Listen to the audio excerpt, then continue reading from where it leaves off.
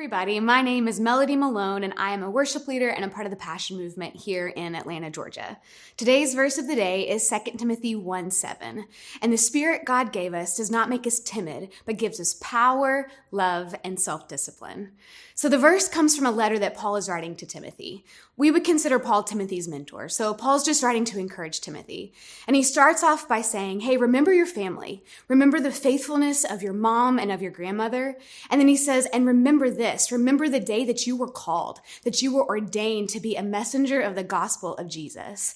Remember where you came from and remember what you're called to. But then he says this, remember that it is the gift of the Holy Spirit in you that enables you and empowers you to do all that God has called you to do. Remember, Timothy, that it is useless to try and serve God without the power of the Holy Spirit. Remember that in the face of life's challenges and responsibilities, that you have the Holy Spirit living inside of you. And the Holy Spirit is not the author of timidity or fear, but the Holy Spirit gives us power and love and self-discipline. Power to do what? Power to do what God calls us to do, to face obstacles, to overcome disappointments. What kind of love does he give us? He gives us a love that endures, a selfless love, a love that sacrifices for the good of others.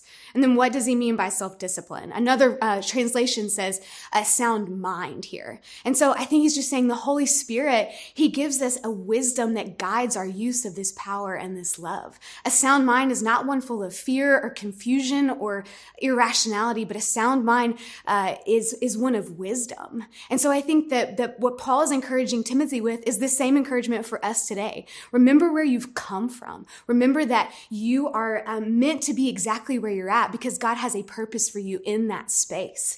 And remember that God says, if I'm going to call you to do it, I'm going to give you everything you need to do it through the power and the presence of my Holy Spirit.